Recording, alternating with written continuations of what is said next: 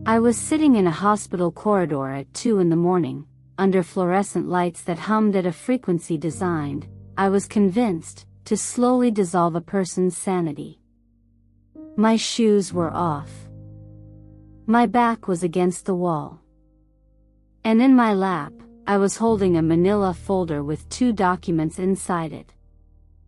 Same man's name on both. Daniel Arthur Hargrove. Same address. Same date of birth. Everything else was different. I wasn't crying. I want you to understand that. I had done my crying, months of it, quiet and private, in parking garages and shower stalls, and once, memorably, in the cereal aisle of a grocery store at 7 in the morning because they were out of the brand Daniel liked, and I stood there holding the wrong box thinking, he doesn't have enough time left for me to order it online. I had done that crying. I was finished with it for now. So I sat in that corridor, and I counted.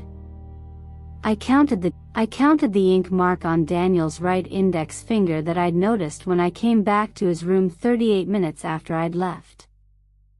I was very good at counting. I had spent 8 years as a paralegal in an estate law firm.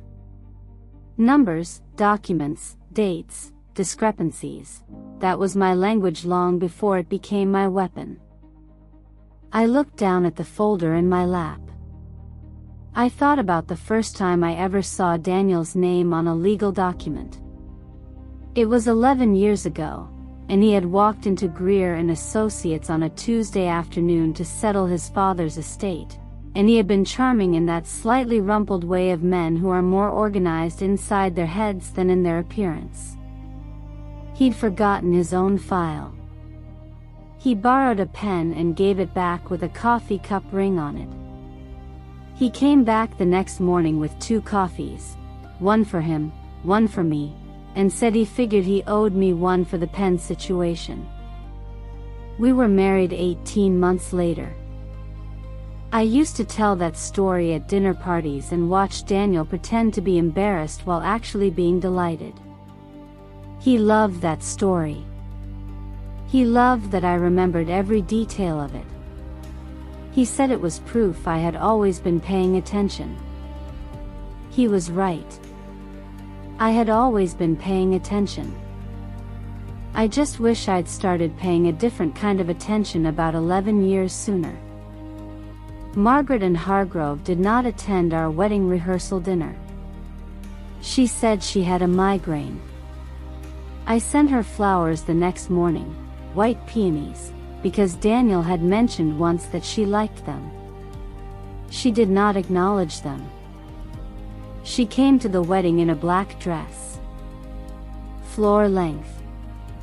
She looked like she was attending under protest, which, I came to understand later, she was. When the photographer asked the family to gather for a portrait, Margaret stood at the edge of the frame with her hands folded and her chin slightly lifted, and when he asked everyone to smile, she said, without looking at him, "I am smiling." I was 27 years old and I told myself it was grief. She had lost her husband 3 years earlier. She was protective of her son. It was just how she was. That was the sentence that defined the next 9 years of my life. It's just how she is. Daniel said it. Kevin said it. I said it so many times it stopped meaning anything at all, which I think was the point. For 9 years, I tried. I want you to know that, because I think it matters. I brought food to her house when she had a knee replacement. I remembered her birthday and her sister's birthday and the anniversary of her husband's death, and I acknowledged each one, every year, without fail. I invited her to things. I included her in holidays. I sat across from her at Christmas dinner while she unwrapped the cashmere sweater I had spent 3 weeks selecting, held it up for 2 seconds, folded it, and put it aside. Then she handed Daniel a watch that had belonged to his father and cried a little and held his face in her hands. And she handed me a candle from a grocery store display. Vanilla scent. $4. I know it was $4 because I saw the sticker on the bottom when I got home. I kept that candle for 2 years. I burned it eventually. I needed the counter space. By year 4 I had stopped expecting anything different. By year 7 I had built a version of peace with it, the kind of peace that is really just the decision to stop wanting something you are never going to get. Daniel knew, in the way that good people know things they don't want to fully examine, that his mother and his wife existed in a careful, managed distance from each other. He appreciated that neither of us made him choose. He showed his appreciation by loving me very specifically and very well, and I showed mine by never once telling him exactly how his mother made me feel on the days she made me feel the worst. That was the deal we had, Daniel and I, unspoken. Honored by both of us. Then he got sick. 14 months ago, on a Wednesday afternoon in August, Daniel's doctor used the words stage 4 and pancreatic in 12 to 18 months, and the world rearranged itself into before and after. Daniel was 40 years old. He coached a youth baseball team on Saturday mornings. He could fix any appliance in the house and refused to read the manual first. He still called his mother every Sunday night, not because he had to, but because he was that kind of man. I quit my part-time consulting work the same week of his diagnosis. There was no discussion. There was nothing to discuss. He was my person and he needed care and I was going to provide it, and that was the only sentence in my head that mattered for a long time. Margaret began coming every day within the first month. I told myself it was grief again. I told myself she loved her son, which was true, and that her love expressed itself in difficult ways, which was also true, and that this was not the time to keep score, which I believed completely. I welcomed her. I made room in our routine for her visits. I updated her on his medications, his appetite, his good days and his harder ones. I tried, one more time, to build something with her, because Daniel was dying and life was short and what else do you do? What you do, it turns out, is watch more carefully than you ever have before. Because grief reveals people. And what Margaret's grief revealed, slowly and then all at once, was not a mother desperate to be close to her son in his final months. It was a woman who had decided, a very long time ago, that Daniel's life, his work, his home, his accumulated years of effort, belonged to the Hargrove bloodline. And that I was a temporary arrangement that had gone on 11 years too long. I just didn't have the document to prove it yet. That came later. That came at 2 in the morning, in a hospital corridor, with my shoes off and the lights humming and the folder in my lap. But I'm getting ahead of myself. Hold on to that detail about the folder. Because everything, every single thing that happens next, comes back to what was inside it. There is a particular kind of dread that doesn't announce itself.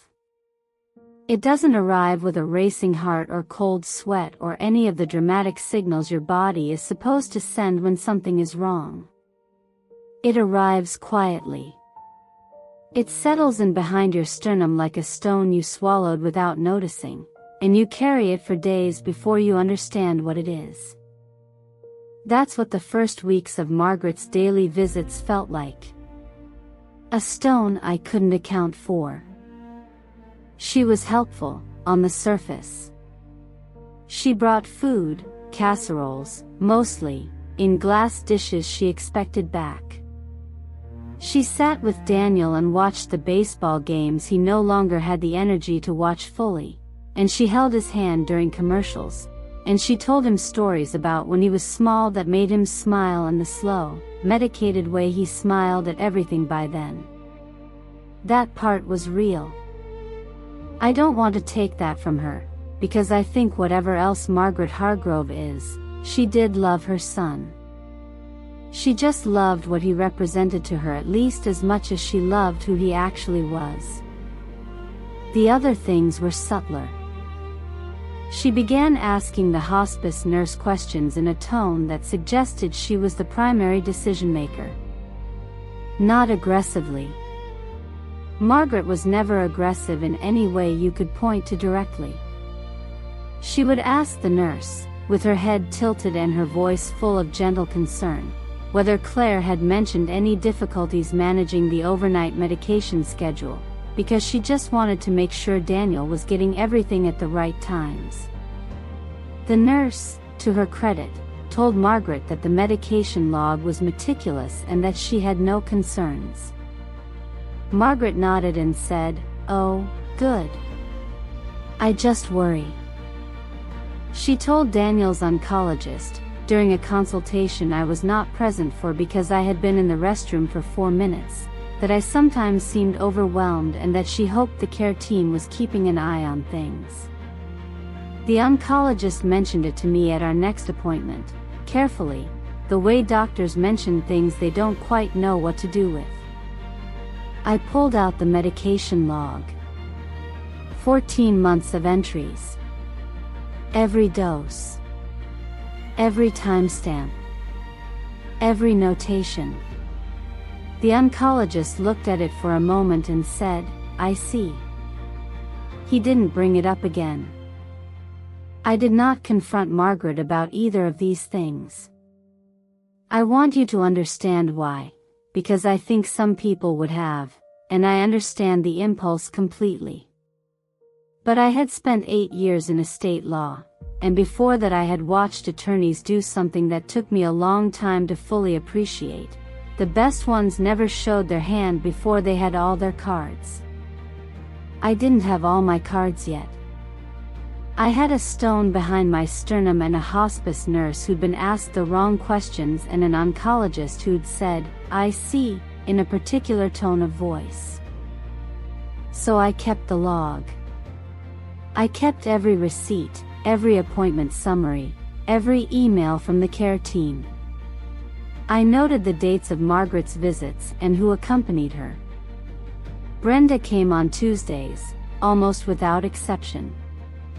Sometimes Wednesdays.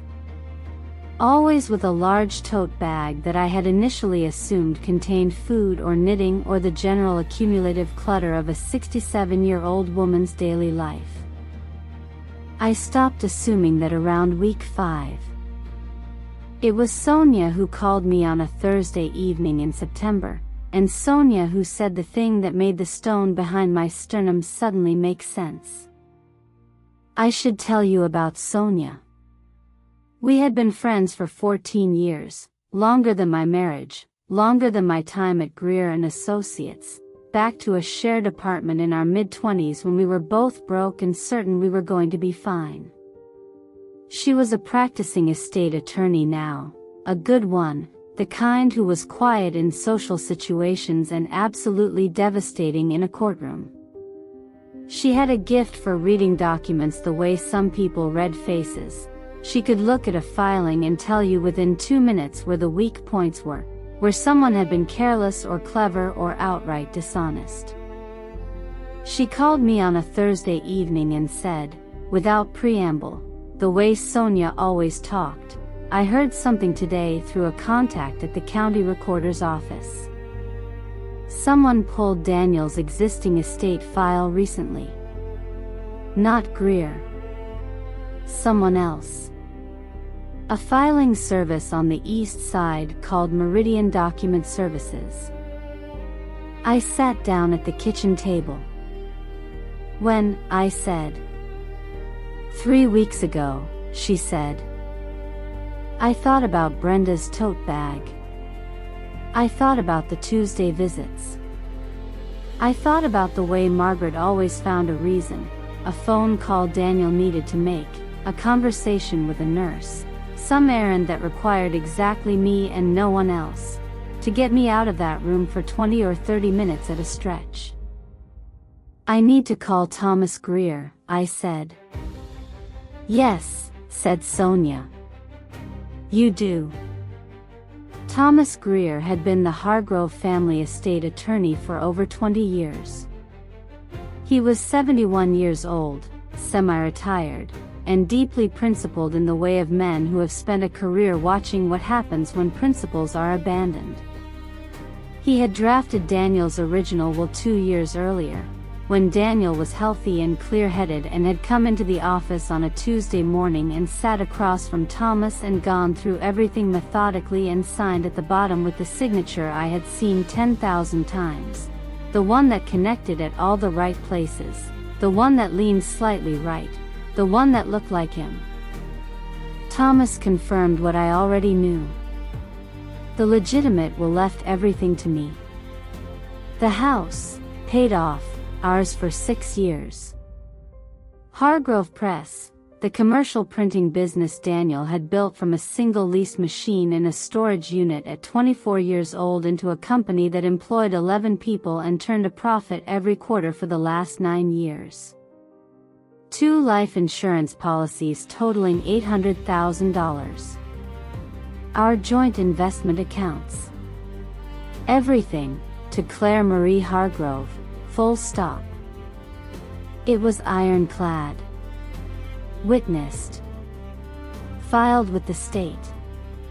Thomas had done his job correctly and completely, as he always did. I thanked him. I hung up.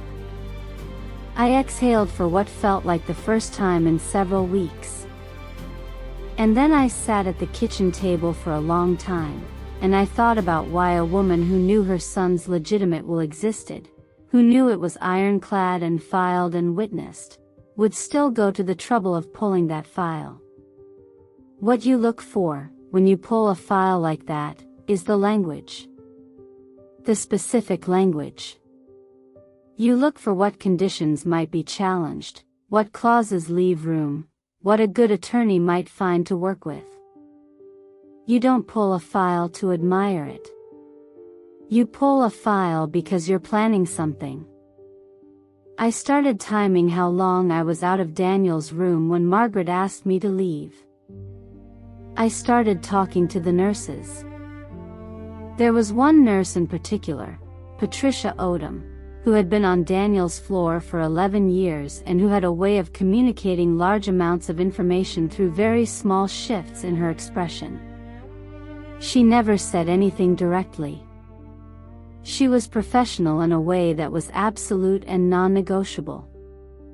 But when I started asking gentle, careful questions, not about Margaret specifically, just about Daniel, about his comprehension on various days, about how he seemed during afternoon visits, Patricia Odom looked at me in a way that told me she understood exactly what I was actually asking. She said, his good hours are usually in the morning. By 2 in the afternoon his clarity can be quite variable. Especially on the days after a pain management adjustment. I asked when the last pain management adjustment had been. She checked his chart. She said, 6 weeks ago. On a Monday. Margaret and Brenda had begun their Tuesday visits 6 weeks ago. I didn't sleep well that night. Daniel was declining faster now. There is no gentle way to say that. The disease was doing what stage 4 pancreatic cancer does with a thoroughness that is almost administrative. It goes through the body's systems like a list, checking things off. His appetite was gone. He slept 18 hours a day. When he was awake he was present, mostly, in the way that mattered. He knew my name. He knew my face. He held my hand with the particular grip that meant he was glad I was there, but the hours of full clarity were narrowing, and we both knew it, and we did not discuss it directly because there are some things you hold between two people without putting them into words. I slept in the chair beside his bed 4 nights out of 7. On the other 3 nights I drove home at midnight, sat at the kitchen table with Sonia on the phone, and we talked through what we knew and what we didn't and what we needed. And then came the Tuesday that I need you to pay very close attention to. It was the 2nd week of October. I had stepped out of Daniel's room to speak with his palliative care doctor, a conversation I had scheduled, a conversation about the next phase of his care, a conversation I could not reschedule or have in the hallway. I was gone for 38 minutes. I timed it. I always timed it now. When I came back, Margaret and Brenda were gathering their coats. They were moving with the particular efficiency of people who have finished what they came to do. Brenda's tote bag was on her shoulder. Margaret looked up when I came in and smiled, the specific smile she deployed when she wanted to appear warm, the one that reached her eyes just slightly too late to be genuine. Daniel was asleep. Margaret crossed the room and hugged me. I want you to understand that in 11 years, she had hugged me exactly twice, once at our wedding, because photographs, and once at Daniel's diagnosis, because she was afraid and it slipped past her defenses. This was the 3rd time.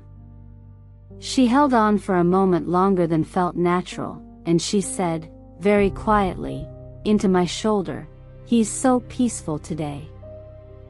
Then she and Brenda walked out, and I heard their footsteps go down the hall, and I stood in the middle of my husband's hospital room and looked at his tray table. There was a pen on it. A black ballpoint pen, the inexpensive kind, the kind you carry in a bag or a pocket rather than borrowing from a nursing station. It had not been there when I left 38 minutes ago. I looked at Daniel. I looked at his right hand where it lay against the blanket. On his right index finger, near the tip, there was a faint smear of ink. I picked up the pen with a tissue. I set it aside. I sat down in the chair beside his bed and I took his hand carefully in both of mine and I looked at his face, slack and still in the particular way of heavy sedation, and I thought, she did it. Whatever she came here to do, she did it today. In the 38 minutes I was gone, with Brenda and her notary stamp and the pen from the tote bag, she did it. I did not cry. I did not call out into the hallway. I did not do any of the things that the part of me that was a wife and not a paralegal very badly wanted to do. I sat there and I held Daniel's hand and I breathed. And I thought, okay. Okay. I know what this is now. I know exactly what this is. And I know what comes next. I thought about Thomas Greer, who had told me the original will was ironclad. I thought about Sonia, who knew where every body was buried in the state probate system. I thought about 14 months of medication logs, time-stamped to the minute.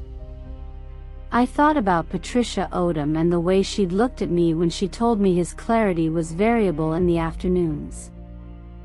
And I thought about the fact that I had spent 8 years working in estate law, and that Margaret Hargrove, for all her patience and her planning and her Tuesday visits with her sister's notary stamp, had apparently forgotten that. Or maybe she never knew. That was her mistake. The one she'd been building toward for 11 years without realizing it. I looked at my husband's sleeping face. I pressed my lips to his knuckles. I said, very quietly, so only he could hear, "I've got it. Don't worry.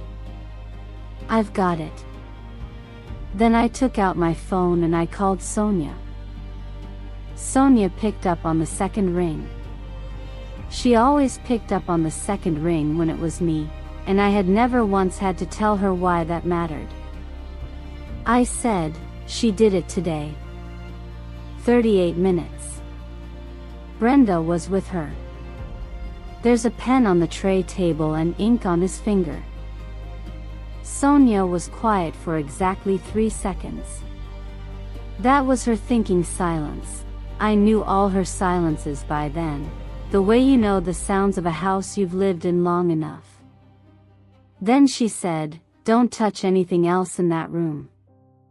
Take photographs of the pen, the tray table, his hand if you can do it without disturbing him. Then go to the nurse's station and ask for a copy of today's visitor log. Don't explain why. Just ask." "Patricia is on tonight," I said. "Good," said Sonia. "That's good." I did everything she told me. I photographed the pen where it sat on the tissue. I photographed the tray table. I asked Patricia Odom, as calmly as I could manage, for a copy of the day's visitor log and for any nursing notes from Daniel's room between 2 and 3 in the afternoon. Patricia looked at me for a moment, that same steady, careful look, and said she would see what she could pull together within the bounds of standard documentation protocol. She said it in a way that meant yes. Then I went back to Daniel's room and I sat beside him for the rest of the night, and I did not sleep at all. By the following morning Sonia had made 3 calls. I don't know exactly who she called because Sonia operates on a need-to-know basis even with me, and what I needed to know was only the result. There was a probate document filing service on the east side of the city called Meridian Document Services, and Margaret Hargrove had engaged them approximately 4 weeks earlier to draft a new will, and that will had been signed, allegedly, 11 days ago, and it had not yet been filed for probate because Daniel was still living, and Sonia knew someone there. She would not tell me how she knew someone there. She told me to be at her kitchen table at 7 o'clock that evening. I was there at 6:45. The document was 11 pages. Standard formatting, clean margins, professionally drafted in the way of something that was designed to look unimpeachable at a distance. Sonia set it in front of me and sat across the table with her hands folded and her face arranged in the careful neutral she wore when she was letting someone process something without interference. I read it once, quickly, the way you rip off something that is going to hurt regardless of the speed. Then I sat back. Then I read it again, slowly. Daniel Arthur Hargrove, being of sound mind. That phrase, being of sound mind, on a document signed by a man whose nursing notes from that afternoon documented significant confusion and non-responsiveness to orientation questions, hereby revokes all prior wills and testamentary documents. The house, our house, the one we had chosen together and painted together and replaced the kitchen floor and together over a single catastrophic weekend that became one of our favorite stories, left to the Hargrove Family Trust, administered by Margaret and Hargrove. Hargrove Press, Daniel's company, the one he had built from nothing, the one that had 11 employees who had sent him a hand-signed card when he was diagnosed and that he had cried over, quietly, in the car on the way home, left to Kevin Hargrove. Life insurance policies, both of them, totaling $800,000. Beneficiary redesignated to Margaret and Hargrove. Joint investment accounts, transferred to the Hargrove Family Trust upon probate. And then, at the bottom, the provision for the surviving spouse. Claire Marie Hargrove shall receive all personal effects and household items of sentimental value, as mutually agreed upon by the estate administrator. That was it. That was 11 years. That was the career I had set aside and the chair I had slept in and the medication log I had kept to the minute and the 4 a.m. conversations with doctors and the nights I had held a bucket and the mornings I had made the coffee he could no longer taste and pretended with him that it was good anyway. Personal effects. Household items of sentimental value. As mutually agreed upon by the estate administrator, who was Margaret. I sat at Sonia's kitchen table and I looked at that sentence for a long time. Sonia didn't say anything. She waited. I turned to the signature page. I have seen Daniel's signature so many times that it lives in my muscle memory. I could reproduce it in my sleep. I have seen it on birthday cards where he pressed too hard because he was enthusiastic, and on legal documents where he took his time, and on the mortgage paperwork where he signed 11 times in a row and made a joke after the fourth one that I still think about when I need to feel something warm. I know the way his letters connect. I know the rightward lean. I know the particular loop on the H in Hargrove that he developed in college and never changed. This signature leaned left. The letters didn't connect in two places where they always connected. The H was wrong, not dramatically, not in a way that would be obvious to someone who had never watched him sign his name, but wrong in the precise, specific way that told me his hand had not been fully under his own direction when it moved across that line. It was the signature of a man who was running a fever of 103 degrees and had not been able to correctly identify the month of the year when Patricia Odom had tested his orientation at 2 o'clock that afternoon, 30 minutes before Margaret and Brenda arrived. I thought about him lying in that bed.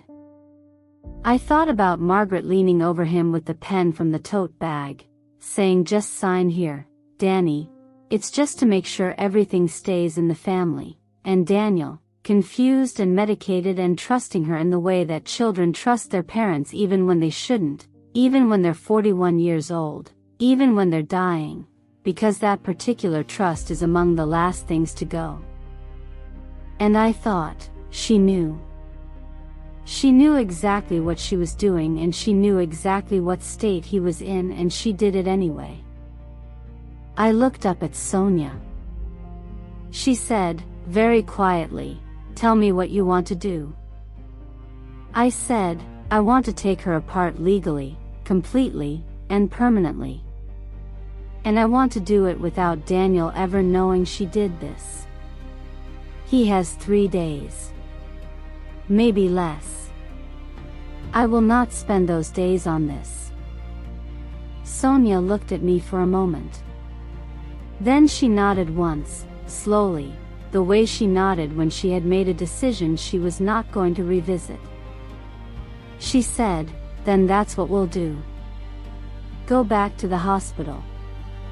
Be with him. I'll handle the next 72 hours.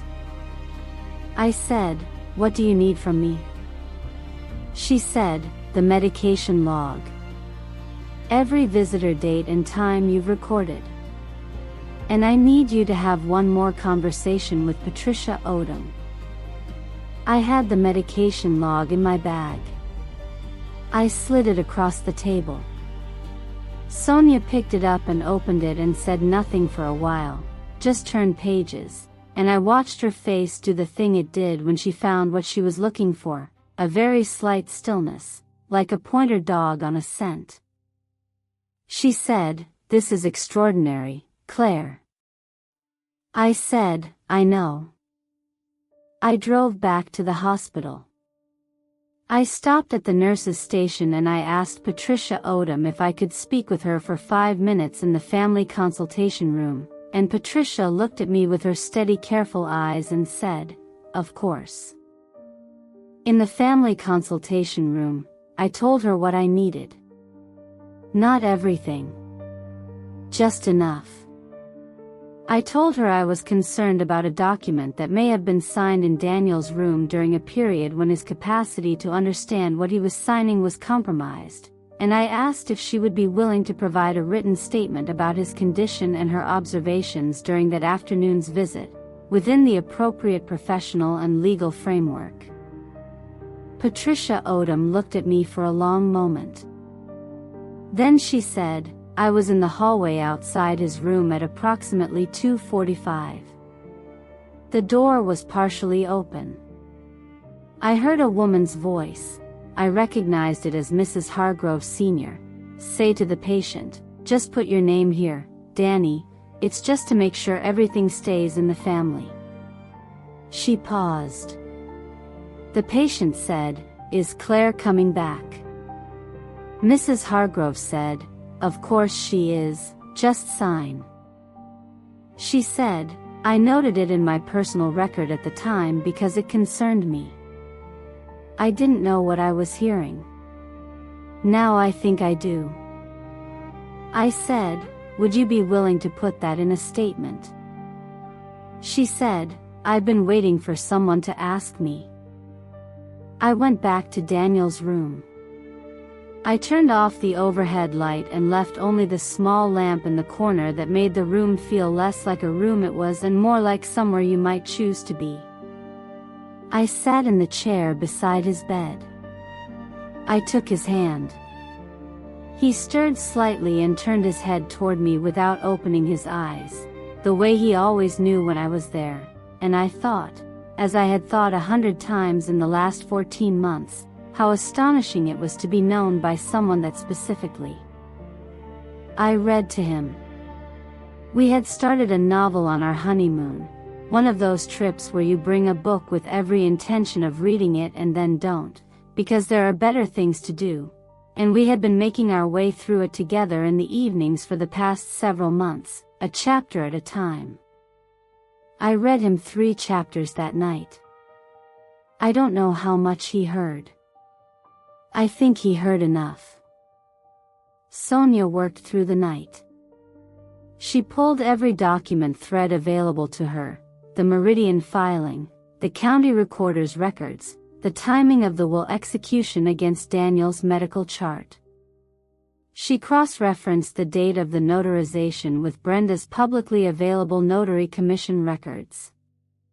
She wrote up a preliminary case memo that was, she told me later, one of the most straightforwardly damning documents she had ever assembled, because Margaret had not been careful enough and Brenda had not been careful at all. The next morning, Daniel had a good hour. One of those unexpected windows that sometimes happen near the end, a clearing, brief and luminous, where the person comes back to themselves with a clarity that is almost startling. He was awake when I arrived at 7. He asked me what I was reading. I told him. He said he remembered the part where we had left off and asked what happened next, and I told him, and he laughed, a real laugh, quiet and warm, at the part that was funny. We talked for 40 minutes. We talked about the business and the 2 employees he was most concerned about, and I told him I would take care of it, and he said he knew. We talked about the kitchen floor weekend and agreed it had been my fault for picking the wrong adhesive and his fault for pretending to know what he was doing when he didn't, and that the combination of these 2 things had been our most authentic collaboration. We talked about the novel. He told me the ending, because he had read it before and I hadn't, and I told him that was cheating, and he said he had very little time for sportsmanship at this point. I held his face in my hands. I told him what he needed to hear. He told me what I needed to hear. We had always been good at that, the specific and necessary thing, said clearly, without decoration. I did not tell him about the folder. I did not tell him about Sonia or the filing service or the pen on the tray table or his mother's voice in the hallway saying he won't remember anyway. That was mine to carry. I had made my decision about that and I did not waver from it. He was my husband and he was dying and he deserved to spend his remaining hours in the truth of what he knew, that he was loved, that his life had meant something, that the person sitting beside him would be all right. I could give him all of that honestly. Everything else I would handle myself. He slept again by mid-morning. Margaret arrived at 1 o'clock. She came alone that day, no Brenda, no tote bag. She sat on the other side of his bed and held his hand and looked at him with an expression I had not seen on her face before. Not the managed concern, not the performance of devotion. Something real.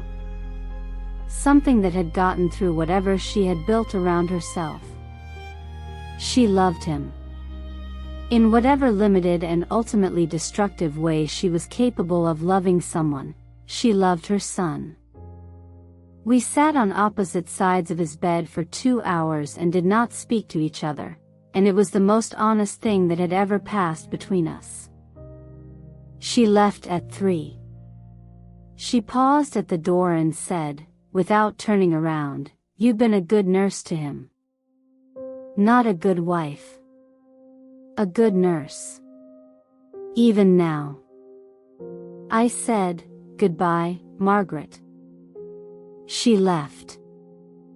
On a Thursday morning, 9 days into October, with the window letting in a pale flat light that had no particular beauty to it and no particular cruelty either, just light, just morning, just the world continuing its business, Daniel Arthur Hargrove died. I was holding his left hand. His breathing had changed in the night to the particular rhythm the hospice nurses had prepared me for, the one that means the body is doing its final work. I had called no one. I had not called Margaret or Kevin or anyone. I had sat in the chair beside him and held his hand and talked to him, because I had read that hearing is the last thing to go and I wanted the last sounds he heard to be something that mattered. I told him about the novel's ending, which he had already told me, but I told it back to him. I told him about the kitchen floor weekend from beginning to end. I told him I was going to be okay, specifically and in detail, because he was a man who needed specifics and I wanted him to believe me. The breathing slowed. The hand in mine was still warm. And then it wasn't. I sat there for a while. I don't know exactly how long. Long enough. Then I dried my face. I straightened his blanket. I pressed my lips to his forehead. And I thought, okay. He is gone. He is gone and I am still here and there is a folder with 2 documents in it, and one of them is true, and the other one is fraud, and I know exactly what to do next. The funeral was on a Monday. Margaret had begun organizing it before Daniel was cold. By Friday morning, 36 hours after his death, she had called the funeral home, selected the venue for the reception, chosen the readings, and booked the florist. She sent me an email with the details. Not a phone call. An email with the subject line Daniel's service, arrangements, as though she were coordinating a catering order. I read the email at my kitchen table with a cup of coffee I wasn't drinking and I thought about all the ways I could respond to it. Then I thought about Sonia, who had told me the night before, do nothing visible yet. Let her feel like she's won. People who feel like they've won get careless. Margaret had been careful for a very long time. I needed her to stop being careful. I replied to the email. I said, "Thank you for handling this. I'll be there." That was all. The service was held at a funeral home Daniel had never been to and would not have chosen, in a room that was aesthetically inoffensive and entirely impersonal. There were white lilies everywhere, Margaret's choice, when Daniel had always preferred the kind of flowers that looked like they belonged in a garden rather than an arrangement. I noted it the way I noted everything by then, not with anger, just with the quiet accumulation of detail that had become my primary mode of moving through the world. Margaret positioned herself at the center of the receiving line. She wore charcoal gray and a single strand of pearls, and she received condolences with the particular grace of a woman who has been waiting a long time to be the central figure in a room. She told people, repeatedly, in a voice pitched just loud enough to carry, that she didn't know how the family was going to manage. She said this while standing approximately 4 feet from Daniel's wife. She said it to his business partners, to his baseball team parents, to the 11 Hargrove Press employees who came in a group and stood together near the back of the room looking uncomfortable in their good clothes. I stood beside her and shook hands and thanked people for coming. I accepted their hugs and their casseroles and their specific memories of Daniel with genuine gratitude, because those things were real and they mattered, and I was not going to let what Margaret had done contaminate the parts of that day that deserved to be clean. Kevin found me near the end of the reception. He pulled me aside near the door and said, in a low, slightly strangled voice, that he was sorry for my loss. He said it the way people say things when they mean something else entirely. His eyes didn't quite meet mine. I said, "Thank you, Kevin." He started to say something else and then didn't. He nodded and walked away. I watched him go and I thought, he knows. He knows what she did and he doesn't know yet what to do about it. That made him a variable. Variables resolve themselves eventually. You just have to be patient. I drove home from the funeral alone. I changed out of my black dress and I made a real dinner, not a casserole from the condolence parade, an actual dinner, because Daniel had always said that eating properly was an act of self-respect and I intended to respect myself specifically and in detail going forward. I called Sonia while the water was boiling. She said, "How are you?" I said, "Ready." She said, "Good. Because I have everything I need. The question is timing." We agreed on 2 weeks. 2 weeks of visible stillness, of doing nothing that Margaret could see or prepare for. 2 weeks of letting her make her calls, take her meetings, feel the shape of her victory. Margaret was not a patient woman beneath the performance of patience. She had planned this for months and she had executed it, and now she wanted the result, and waiting for probate to run its course would make her impatient, and impatient people made mistakes. She made her first one 9 days after the funeral. She called Thomas Greer. Greer told me about it afterward, in the careful language of a man who was deeply offended and equally determined to remain professional. She had called to inform him that a more recent will existed and that his firm should expect to be contacted by the new estate administrator regarding the transition of documents. She was pleasant about it. Almost sunny. Greer called me within the hour. I said, "I know. We're ready. Can I have Sonia contact you directly?" He said, "Please." He said, "Claire." A pause. I drafted that original will. Daniel sat across from me for 2 hours and went through every line. He was, another pause, the kind that happens when a 71-year-old man is trying to stay composed. He was very clear about what he wanted. I said, "I know." He said, "Let me know what you need from me." On a Tuesday morning, 15 days after Daniel's death, Sonia filed the will contest. She called to tell me it was done. Filed. Grounds of undue influence and lack of testamentary capacity, supported by medical documentation, witness testimony, and evidence of procedural fraud in the notarization process. 47 pages of supporting documentation attached. 47 pages. 14 months of medication logs. Time-stamped visitor records. Patricia Odom's written statement, 4 paragraphs, factual, devastating. Daniel's medical chart from the afternoon of the signing, which documented that the patient was non-responsive to orientation questions, unable to identify the current month, and exhibiting significant confusion consistent with fever and increased pain medication. The original will, properly witnessed and filed. A declaration from Thomas Greer.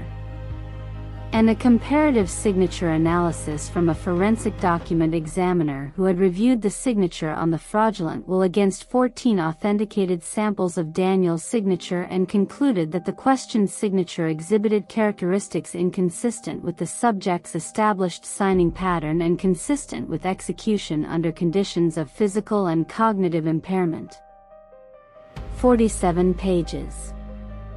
I had been building them for months without knowing exactly what I was building them for. It turned out I was building them for this. Margaret's attorney called Sonia the same afternoon to confirm receipt. Sonia told me later there had been a long pause on the line after he confirmed. Not the pause of a man preparing a response. The pause of a man who had just read 47 pages and understood, with the particular clarity of legal professionals confronting unwinnable cases, exactly what his client had done and exactly how well documented it was. The State Notary Board received a formal complaint the same day. Brenda was 64 years old.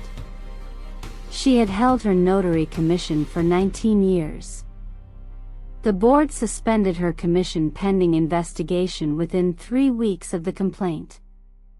2 days after that, Brenda hired her own attorney.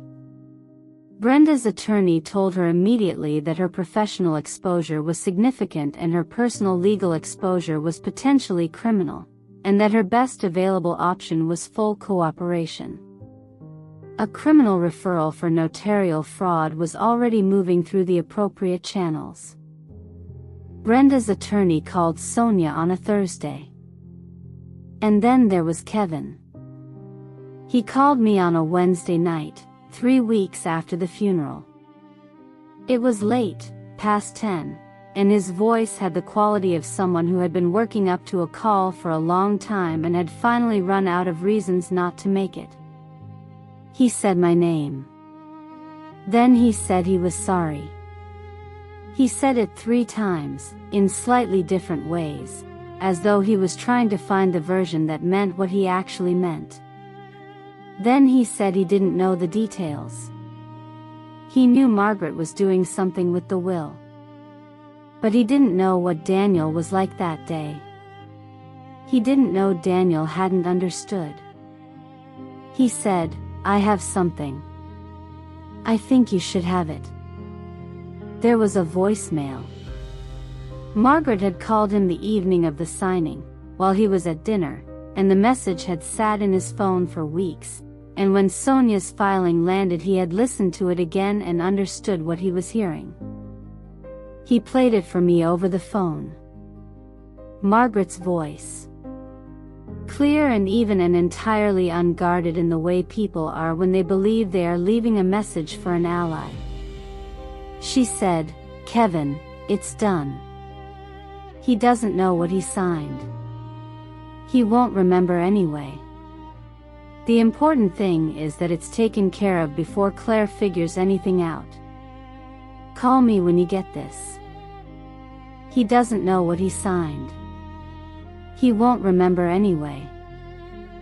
47 pages plus a voicemail. Kevin said, "I'm not going to prison for her.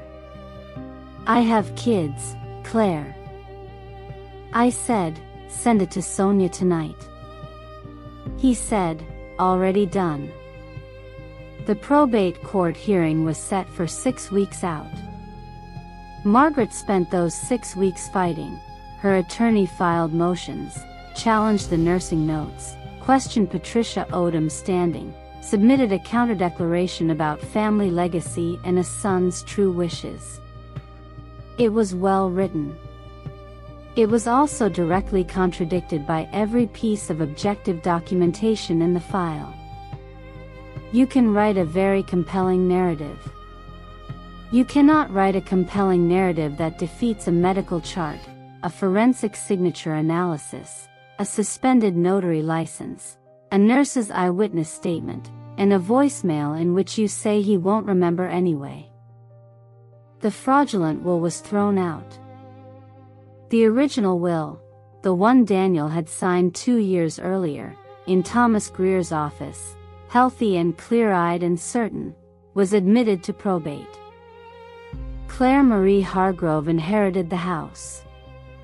She inherited Hargrove Press, and the 11 people who worked there, and the client relationships Daniel had built over 15 years. She inherited the life insurance policies and the investment accounts and everything else that Daniel had always intended her to have. Margaret spent $112,000 in legal fees. She lost every dollar of it along with the case.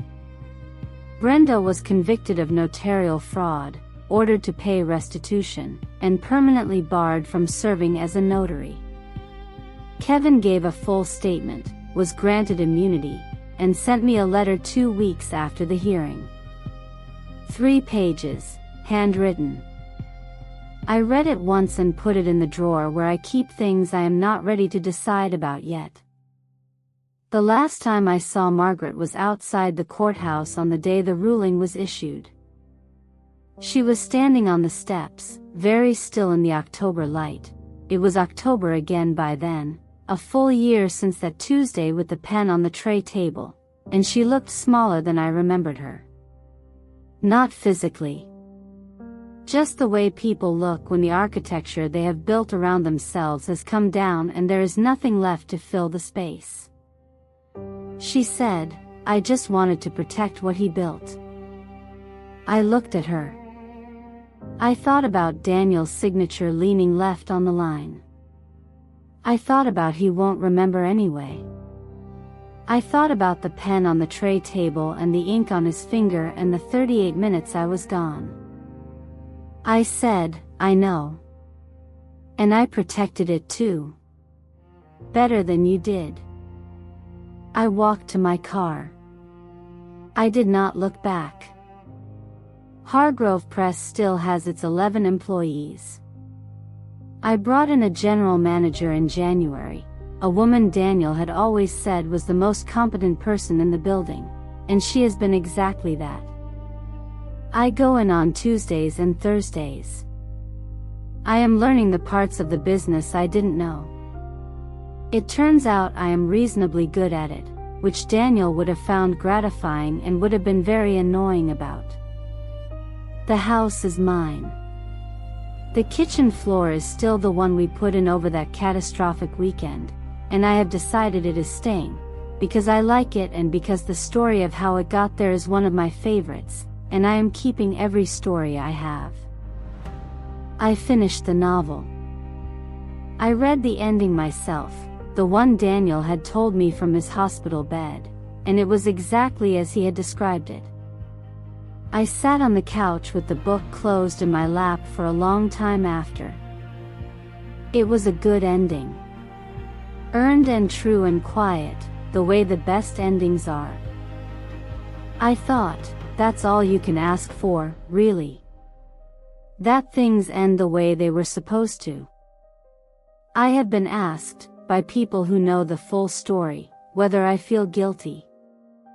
Whether there is some part of me that looks at Margaret, at what she lost, at the money gone and the case lost and the family fractured along the lines that were always there but are now permanent, and feels something like remorse for the part one played in bringing it there. I have thought about that question carefully. Here is what I feel, honestly and without decoration. I feel grief. Real grief, for Daniel, which is not finished and will not be for a long time, and which I have stopped putting a timeline on because grief does not respect timelines, and I have learned not to fight things that are larger than me. I feel it every morning when I make coffee, and every Tuesday when I walk into Hargrove Press, and every time I pass the kitchen floor we put in together. I feel it cleanly and without apology, because he was worth grieving specifically and at length. I feel something close to peace about what happened in that courtroom. Not triumph. Something quieter. The peace of a thing being returned to its correct shape. Daniel made a legal document, while healthy and lucid and clear, that said exactly what he wanted to happen to the life he had built. That document was very nearly destroyed by the person who was supposed to love him most. It wasn't. The correct thing survived. That is not my victory. That is just the truth winning, which it does not always do, and which I will not pretend to be indifferent about when it does. And I feel certain, completely and permanently certain, that I made the right decision in those last 3 days. In not telling Daniel what his mother had done. In choosing to spend his remaining hours in the truth of what we were to each other rather than in the ugliness of what she had attempted. He was dying. He loved her, in whatever complicated and insufficient way she had allowed him to. I was not going to take that from him in the hours he had left. What I will not do is pretend that what Margaret did was a misguided act of love. It was not. It was a deliberate, premeditated attempt to strip a grieving woman of everything her dying husband had intended for her, carried out while that husband lay sedated and feverish and unable to protect himself. She used his dying to serve herself. She counted on the ink drying before anyone could stop her. She didn't count on the medication log.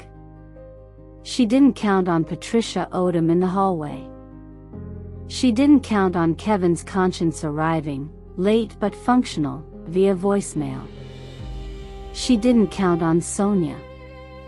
And she didn't count on the fact that the quiet woman who had spent 11 years being gracious at Christmas dinners and returning glass casserole dishes and saying it's just how she is, that woman had spent 8 years in estate law and knew exactly what 47 pages of documentation could do in a probate court. She mistook my patience for passivity. That was her fundamental error. It was the error she had been making for 11 years. Daniel once told me, early in our marriage, that the thing he loved most about me was that I was always paying attention. He said it like it was the most obvious thing in the world. He was right. I was paying attention to all of it. The whole time. Right up until the end. I just want him to know, wherever that matters, in whatever way it does, that I took care of it. I took care of what he built. I took care of what he meant. I think he would say, I know. In that specific way of his, warm and a little rueful and completely certain. I think he knew before he left. I have to believe that. That is the whole story. Every piece of it, as true as I know how to tell it. And now I want to hear from you. Because I read every single comment on this channel, and this community never fails to have something worth saying. Here's the question I keep coming back to. In those last 3 days, when I knew what Margaret had done and chose not to tell Daniel, did I make the right call? Some people say he deserved to know the truth about his mother before he died. Others say I gave him the most important thing I could, a peaceful ending, untouched by her betrayal. I genuinely don't know if there is a right answer. I made the decision I could live with. But I want to know what you think. Would you have told him? Could you have stayed silent? Let me know in the comments below, I will be reading every single one. And if this story moved you, or made you furious, or made you think about the people in your own life who are always, quietly, paying attention, then you are exactly who this channel is for. Hit that subscribe button and join the family Fallout community, because we have more stories coming, and some of them are even harder to believe than this one. I will see you in the next one.